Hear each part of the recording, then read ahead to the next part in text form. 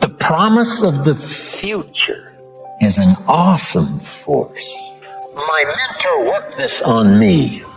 He said, Jim Rohn, if you keep up these disciplines and if you keep up these skills, keep increasing productivity, learn how to work with people, do the job well, do the activity, learn to teach. He said, I promise you, you're going to have a unique place.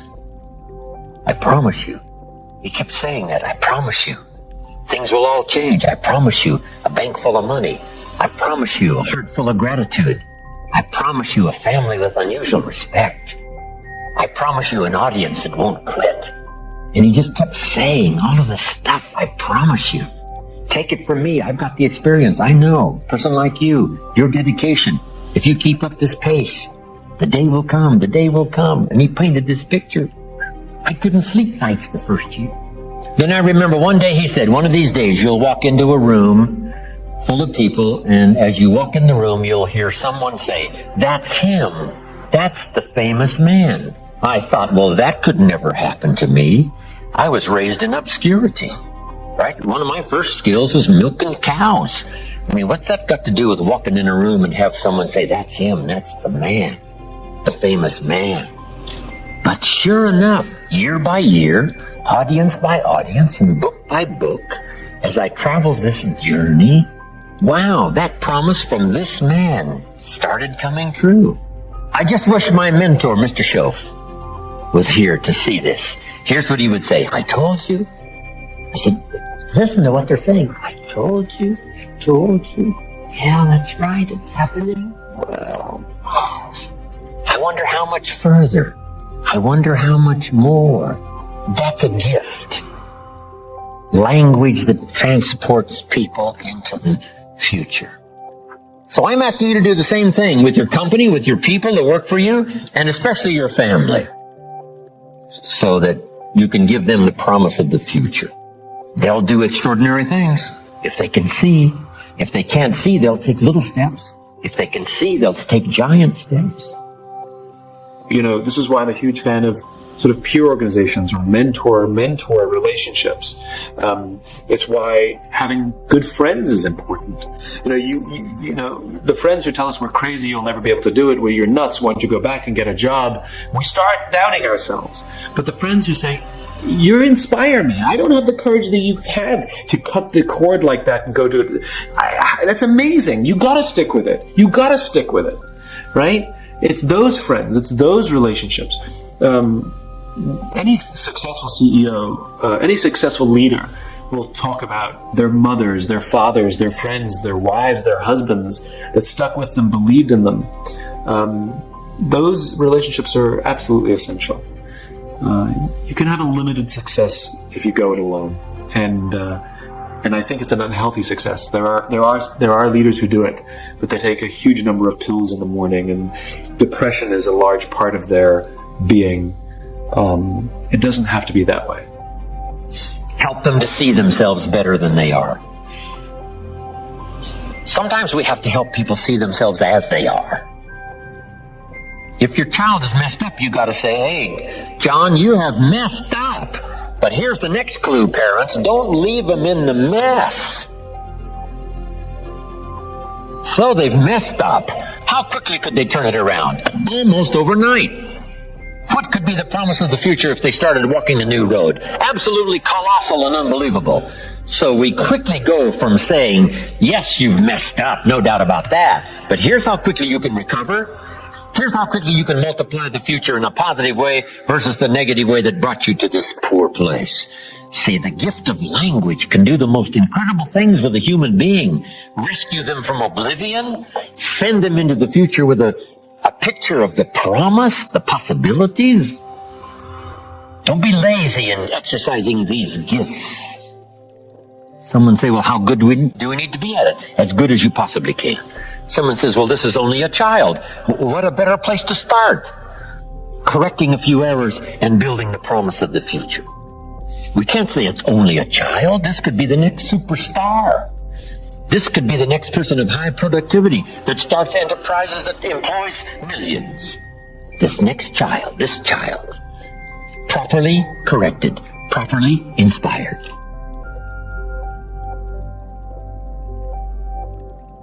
One of the things that you pull out of the clinical literature, imagine that you have children who have a certain low-level amount of neurological trouble when they're infants. So something's gone wrong, maybe a little oxygen deprivation at birth, something like that. Something's going a little bit wrong with their neurological development. Assuming that the damage isn't too severe, those children will stabilize and normalize if they have at least one well put together role model in their life. And so, one of the things that you do if you want to inspire others is get your act together, because you inspire most through example. It's much more powerful than words. Words are very powerful if they're also accompanied by example. But the best thing you can do is start putting things together around you. There's plenty of things to put together. It's a good meditative exercise, if you're... And I think this is the proper form of prayer, let's say, assuming that there is such a thing. A proper form of prayer would be, if you're not happy with your life, if you're miserable, you sit on the edge of your bed and you think, is there anything I can change in what I'm doing that is going to make this less awful than it has to be? Less awful than it might be? You have to ask that, with intent. And generally speaking, you'll get an answer almost immediately. There's something that you could put right that day that would make things slightly better than they are. And that's rule 4, which is compare yourself to who you were yesterday and not to who someone else is today. I don't believe that there's a person who exists who wouldn't receive an answer to that question if they genuinely asked it. And it's no different really than thinking. Like if you think, you have a problem, you think, you get an answer. Might not be the right answer, but obviously you get an answer. And you might think, well, I thought up that answer. It's like, well, that's really not much of an explanation because you don't know how you think. It's like I'm sitting there and thoughts appear in my head and that's how I think. It's like, that's a pretty shallow explanation. It's not much different than revelation. It's like you ask yourself the proper questions, you'll get the proper answers. If you ask the right question and you want the answers. Right, and those are not easy preconditions to set up because who knows, if you're sitting on the edge of your bed thinking, okay, what am I doing wrong? That's a hell of a question to ask. Because if you really want to know, you'll find out. And then you'll find out that you really didn't want to know. Because generally speaking, finding out what you're doing wrong is not a pleasant experience, and it means that you have to sacrifice part of yourself. Usually a burned out, stupid, bitter, corrupt, arrogant, nasty, vengeful part of yourself, but nonetheless part that you like. And so you can, I think that room for those incremental improvements exists within everyone's grasp. And I think that it's a humble thing to do, to ask how you could improve incrementally without interfering with anyone else, like it's your problem, not theirs. But I think that the consequences of maintained incremental improvement are anything but incremental. You get compound interest on incremental improvement. There's another rule in the New Testament called the Matthew Principle. Economists use it, and the rule is, to those who have everything, more will be given, and from those who have nothing, everything will be taken. It's actually a description of the way the world works, interestingly enough. You know that if you've ever played Monopoly, because that's what happens if you play Monopoly. And there's a reason for that. That's a deep reason. And it's a very harsh rule, because it means as you start to wander off the path, let's say, the probability that you will wander further off the path increases non-linearly. And that's a terrible thing to know. As you wander towards the edge, the probability that you'll fall off the cliff increases. And that's a statistical justification for the concept of hell. But as you improve, the probability that each improvement will produce a further improvement increases. And so perhaps the downside is the cataclysmic catastrophe that you can engage upon if you reproduce your moral failings. But the upside is that each improvement produces an increment in the probability of the next improvement. And I've seen that. It's a truism among behavioral psychologists. I mean, although they don't generally phrase it that way. If you're a behavioral psychologist, and I am a behavioral psychologist, what you do is you find out what, essentially you help a person establish their aim, then you break down what they're trying to do into attainable units, and you negotiate with them. You say, well, look, they say, I'm not making use of my time very well, spending 3 hours a day playing video games.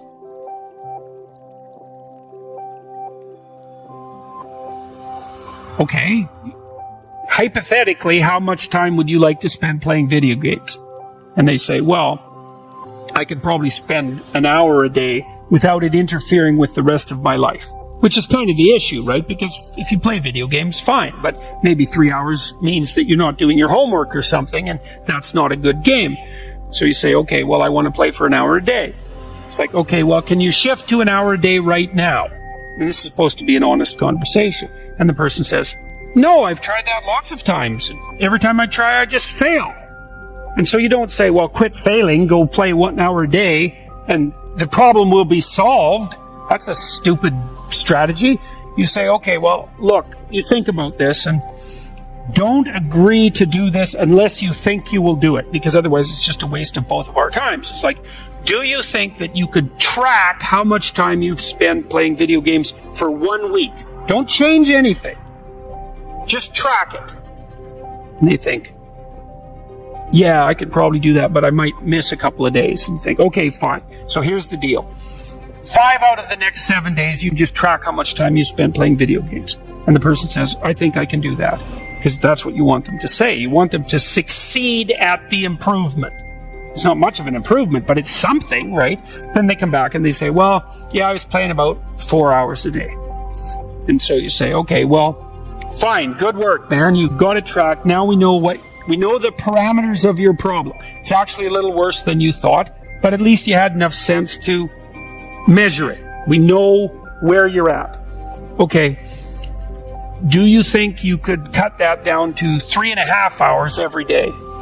And the person thinks, no, I'm pretty weak-willed. I don't think I can manage that. You say, well, how about this? Do you think that 2 of the next 7 days you can only play for 3 hours? You think you can manage that? And you're not cynical about this. You're not insulting the person, any of that. It's like, because you don't care. All you care is that they make some incremental movement towards their goal. And the person thinks about that, if they have any sense, and they take their weakness into account, and they think, I think I could probably do that. And then they come back the next week, and they say, I managed to spend 3 hours a day playing video games for 3 days, and the rest were 4 hours. And you say, good work, man. You've just got rid of 25%, 12.5% of your problem. You're 1/8 of the way to fixing it in 1 week. And the person isn't going to be all that thrilled with themselves because they don't do the arithmetic and they don't do the projection. They think, well, I'm still pretty damn useless. I'm playing 25 hours worth of video games a week. It's nothing to pat myself on the back for. It's like, yes, it is. It's a marked, measurable improvement, and it's a move in the right direction. And then you say, okay, well, on the days you succeeded, how did you manage to succeed? And is there a way that you could do it for 4 days next week? How about that? Or maybe you could even try 5 days. You think you could do that? And then you also tell the person, look, the other thing you got to understand is you're not going to improve like this. You're going to improve like this. So some weeks you're going to come back and say, geez, I backslid completely and I played for 4 hours a day for 7 days. But it doesn't matter, because that doesn't mean you failed. It just means that you slid back.